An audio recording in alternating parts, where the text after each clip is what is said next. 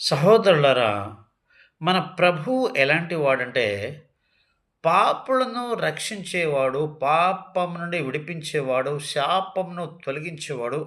అదే విధంగా అపవిత్రులైన వారిని పవిత్రపరిచేది మన దేవుడు.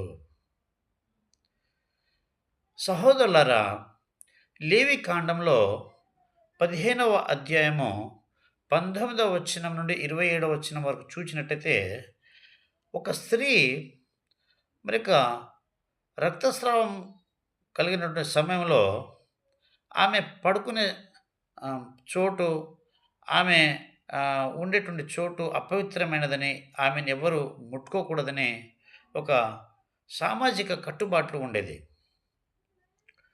అయితే యేసుప్రభు కాలంలో యేసుప్రభు ప్రజలలో ఉన్నప్పుడు 12 సంవత్సరం నుండి రక్తస్రావం కలిగినటువంటి ఒక స్త్రీ, ఆమె అనేక వైద్యుల దగ్గర తిరిగి ఆమె ధనాన్ని అంత ఖర్చుపెట్టి, ఆమె జీవితంలో అలసిపోయి నిరాశతో ఉన్నది.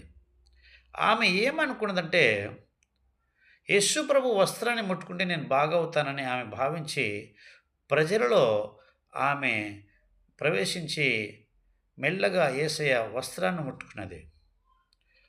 యేసు ప్రభు యొక్క ప్రభావము ఆమెలో ప్రవేశించి ఆమె స్వస్థత పొందినది. చివరికి ఆమె సాక్ష్యం కూడా చెప్పినది ప్రభు అడిగినప్పుడు. అంటే సామాజిక కట్టుబాట్లు, మరిక రక్తస్రావంతో ఉన్నటువంటి స్త్రీ సమాజానికి దూరం ఉండాలని ఒక కట్టుబాటు ఉండేది. కానీ యేసు ప్రభు ఆమె ఆమెను బాగు చేశాడు. సహోదరులారా, మన యేసు ప్రభు అపవిత్రులైన వారిని పవిత్రపరిచే దేవుడు. ఆయనను అంగీకరించిన వారు నిత్యరాజ్యంలో ఉంటారు.